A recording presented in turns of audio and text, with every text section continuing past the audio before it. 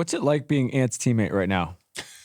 It's a great I question. mean, even growing up, it's like he's always been this way. But one, he was young, and two, he kind of had to, grow, and obviously the publicity that he has now and stuff like that is a little bit more scoped on him. But like he's always been like this, though. But it's great to be his teammate. He's a great leader.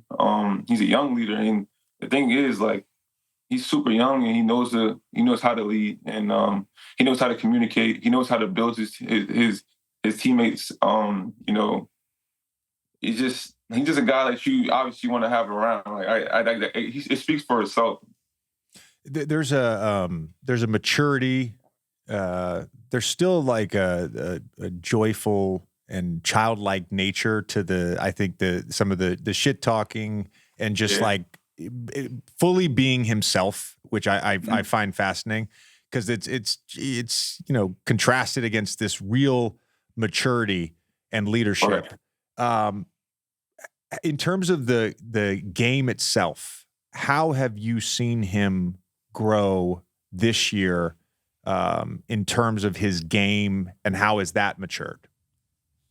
I would say like he's using all facets. Like before, he would just go left to where you kind of would just be able to shit him right. He wouldn't want to go right. He's using all types of facets. His body. He's getting to the lane. He's finishing over guys, multiple guys. He's embracing double teams and things of that nature. He knows how to make that next pass or that right read. It's just things that I've seen to where like he wasn't purposely doing, obviously, but like he came from teams where it was around him. It's he has to score, and that's what it is. But he's kind of built that identity to where he's trying to make the right read. Like you said, he's still young. To where he has those moments where he's completely himself, but nobody's perfect, and he's still growing. Like he's only 22, so I think he has a lot more growing to do, and he will improve.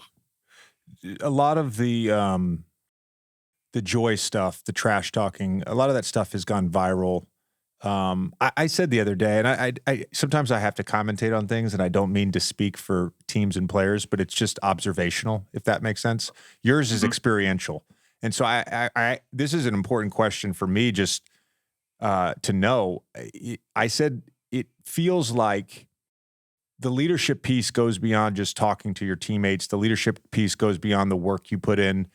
It feels like with Anthony, the leadership piece, his attitude, his fearlessness, you guys take that on as well, right? It's your team is a reflection of his attitude and approach to the game right now. Do you feel that? Is that accurate? Yeah, 100%. And like the stuff that he says is just like it just builds your confidence as his teammate. Like it's just like you can see, like you make a shot, he's all in your face like with excitement. Like you miss a shot, he's still in your face with excitement. So I think for him it's just like he's just a confidence booster. And like you said, he's fearless, and it makes you fearless. And you going at guys who are all-stars, top guys in the league. So it's just like he the way he goes about his everyday, his swag or whatever the case may be, like it builds your confidence, and he's trying to get you to be better each and every way. JJ loves the word sicko, NBA sickos. The way you guys play defense, people were talking about this with Nickeil the other night when he was laughing, picking up 94 feet. It was like a sort of like a sicko defense. Do you guys feel like, as you've taken this turn over the last couple of years, when you're defending and when you're really locked in defending, there's just a level of joy that feels maybe even different than your other sort of basketball experiences?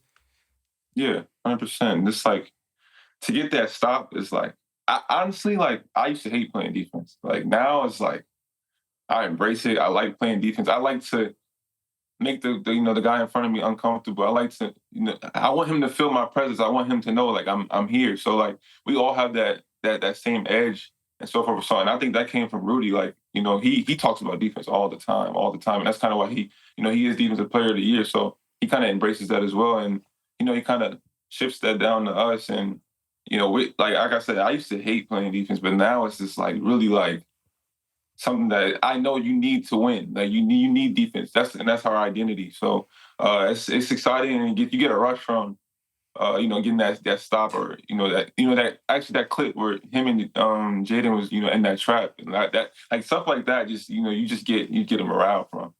I was doing Richard Jefferson and Channing Frye's podcast yesterday, and Channing described Nickeil and Jaden as Doberman pinchers. How would you describe Jaden and Nickeil on the defensive end? The dogs, like those are two guys, like especially for Nickeil. Like Jaden, obviously, he's like one of the best defenders in the league, but like Nickeil like that's kind of how he approached the game with a defensive mindset. Like I think for him, that's what that kind of carved out his role. To be able to stop that all-star guy on the other level, or on the other side, who's at another level. And I think he embraces that as well. I would say like if you have to deal with those two guys, I mean, I feel like you're in trouble. Like that's the feeling that we get. So now we're following suit. You know what I'm saying? So it's just like a domino effect. Is there something with you? It's always interesting with guys who, obviously you're Sixth Man of the Year, so you're the ultimate example of this. But the prep for coming off the bench, and you've had to start some games and things like that because of injuries. When your approach when you're coming into the game for the first time, is that something that you just have had to learn over time? When you're even talking about your journey from being where you were in high school and college to going undrafted to where you are now? Yeah. For me, like I kind of like. So I take it. I'm trying to see how the game. I like it because I get to see how the game's going. I get to see. There's like a joke that I say with some of the bench guys that, it's kind of like we gotta. If the lead's up, we gotta kind of push the lead. If we're down, we kind of gotta get the lead back. So we kind of have to have that same mentality regardless. But I get a chance to see how the game's going. I get to see how the refs calling the game.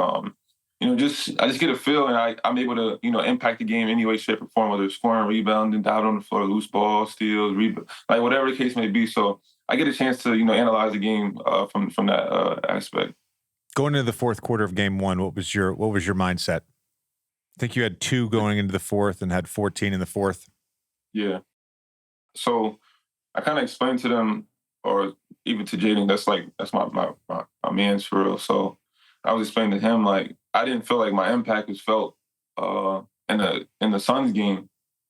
So and then the first half of the Denver game. So like I just felt like I had to have some type of presence, and I feel like I wasn't doing enough. I mean, obviously I was scoring, and like you said, that in that game I only had 2 points, but in the first half. But I just felt like my impact wasn't there. Like I just wasn't doing enough, and it just something just clicked in me to where like, all right, like I need to really lock in, and if we want to win, if we're gonna win, we need everybody. And I kind of just took on that challenge, and just said to myself, like, we're here, like that's where we're gonna be. So I mean, it makes no sense to not bring my all. Whether at least like what I'm saying, at least if I'm messing up, at least I'm trying my hardest, or whatever the case may be. So I just went out there and brought it.